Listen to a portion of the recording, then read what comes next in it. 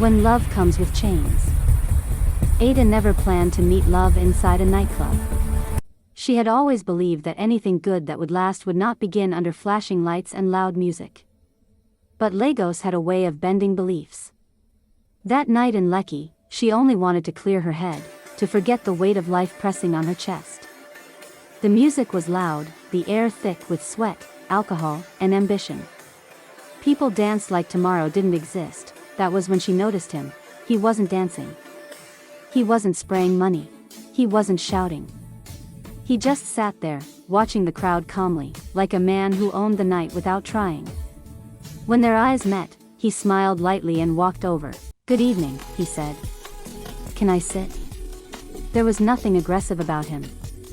His voice was soft, controlled. Ada nodded before she even thought about it. They talked. About life. About Lagos stress. About dreams. He introduced himself as Kelechi.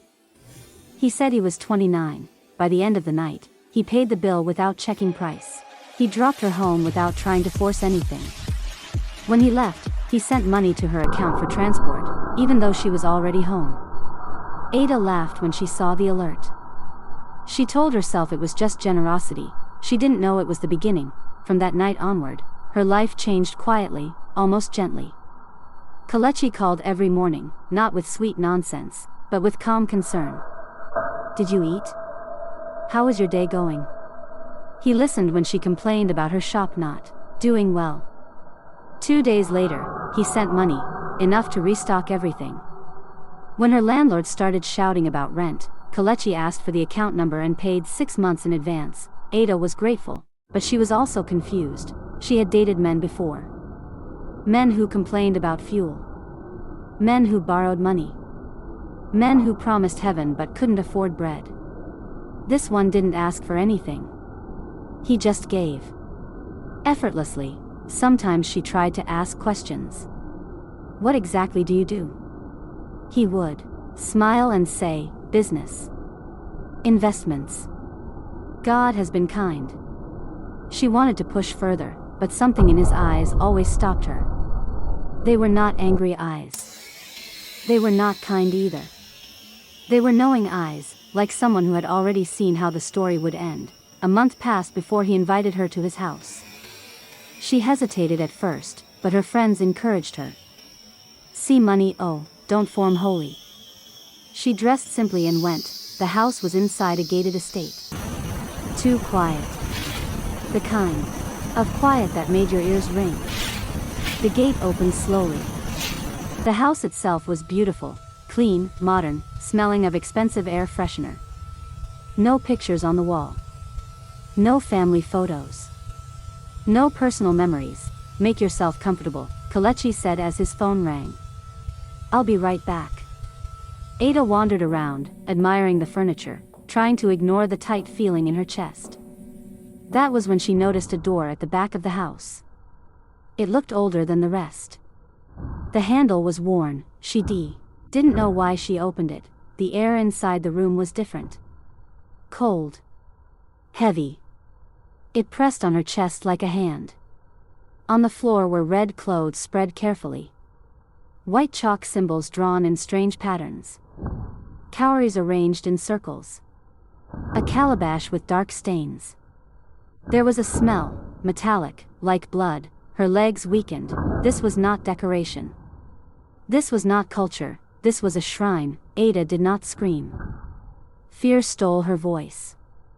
She backed away slowly, closed the door, grabbed her bag, and ran. She didn't care where Kelechi was.